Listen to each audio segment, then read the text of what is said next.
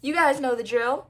Today we're going to be doing Goodreads and my opinions on the last book, well, until the new book comes out, of the Lightlark series. So if you guys want me to do Skyshade or Grim and Oro, let me know, because I'm not planning on doing it unless people want that, which I don't really know. Well, I just didn't really have time to make a video about it, and then I usually like to make these videos like as soon as I finish reading the book, and I finished reading this book this morning, so now it's like fresh on my mind. So yeah, anyways, just let me know what you guys want, and let's get into Crowntide, starting with my opinions. Just understand it's not like me to give my heart away, hey. My tripod keeps like sinking, so hopefully that doesn't happen. Anyways, I have a lot of stuff to talk about actually, so let's get into yapping. So first, let's talk about Isla. Okay, I actually kind of came to the realization that I don't really like Alex Astor's writing style. That's just not for me. I also just don't really think the writing is that good in general. Like, I think the series is fun. Like, it's enjoyable, but I don't think that it's, like, well written. And I also think the ideas of the book are good. They're fun, they're exciting. Execution is just never as good. Sorry, you guys might get annoyed for me having to keep adjusting my camera. Have mercy.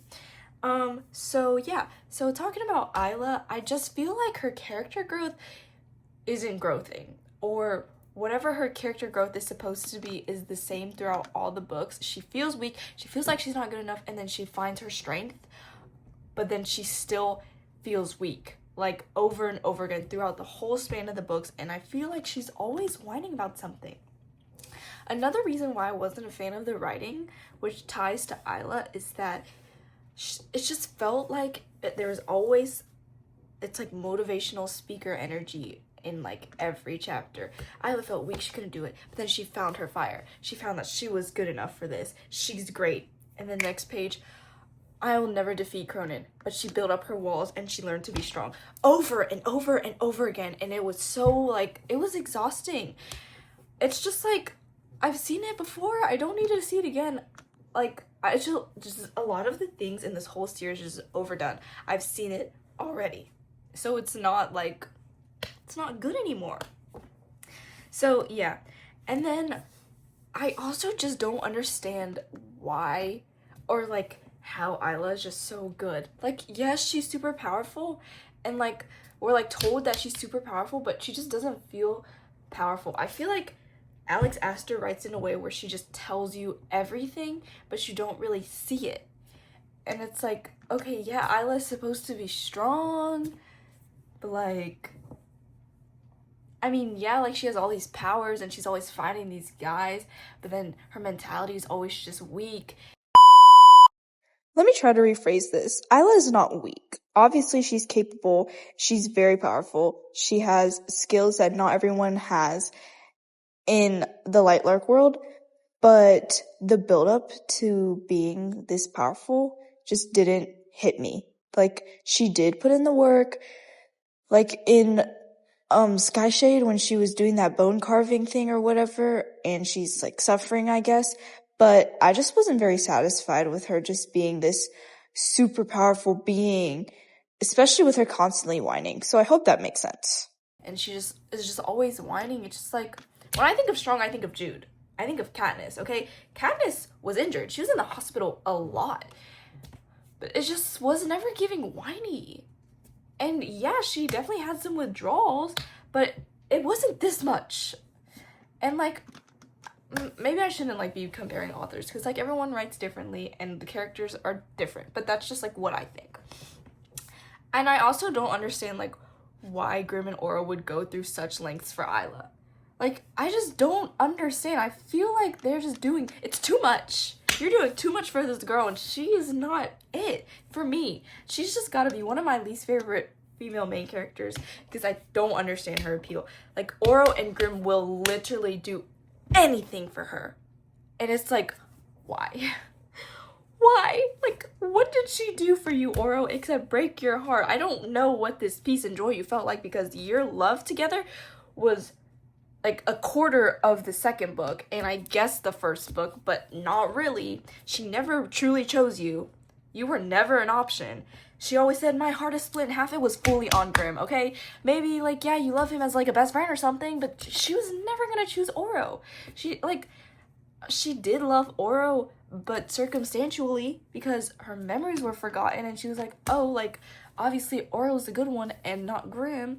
But then her memories get back, and then they were literally married, and just, like, all these things. It's like, I liked Oro, but I didn't think he was written well. I didn't think their love was written well, and it was never a fair fight, and it makes me mad because I'm just like, why make it a triangle? But I guess that's also the point. Like, triangles are frustrating, and, you know, usually there is, like, a clear guy, and I guess I usually am rooting for the guy she's supposed to be with. And I love Grimm, but I also really like Oro, and I really would have liked to see an Oro and Isla connection. Now, even though I don't think her writing is the best, and I feel like the world, I don't really care for the world or anything. They call it, like, the prose. I don't care about the prose, but I kind of like the characters enough for me to keep going through the series. It was just, like, very tropey, and it was just like, oh, just what I need. I just think this whole series is the epitome of any basic trope ever. Enemies to lovers, love triangle, grumpy sunshine, like, it was all in here, but it was jam-packed. A lot of the books in the series just felt overstuffed to me. Anyways, like, this rant is kind of all over the place, so I hope you guys are keeping up. Sorry. Anyways, I'm trying to see what else is in my notes. You know, one of my least favorite things in books is amnesia, unless it's done well. And the only time I thought it was done well, ironically, is the first book of Lightlark. Not even, I wouldn't say well, but it didn't bother me, okay? Every time I read Amnesia, it infuriates me, okay? Like, in Imagine Me, I was upset. Because what do you mean Juliet lost her memories?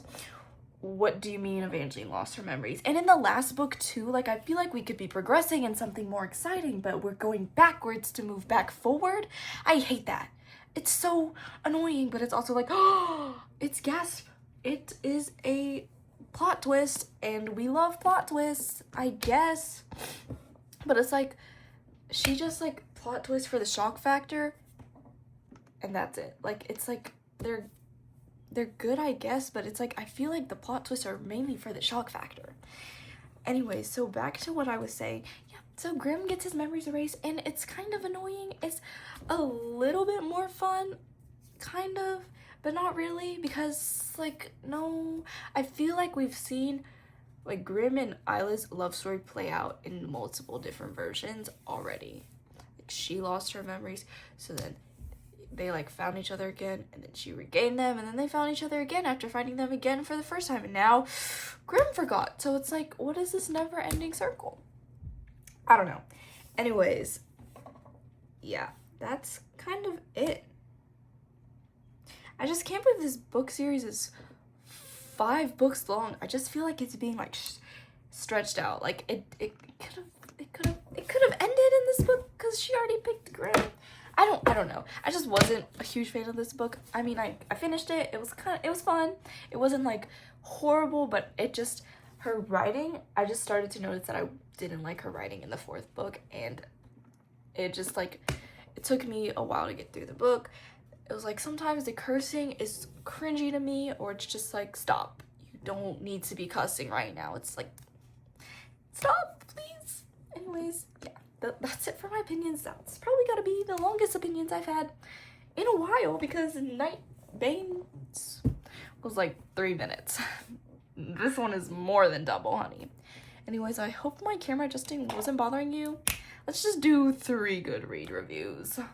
I know I've definitely had long videos before, but I just felt like I said so much stuff about Crowntide that I'd rather just do a part 2 talking about the Goodreads reviews, and I will have that out as soon as possible, and I'm sorry to disappoint if you did not want to see a part 2, but it will be short. So yeah, I'm just gonna end the video here, and I hope you guys enjoyed. Thank you so much for watching.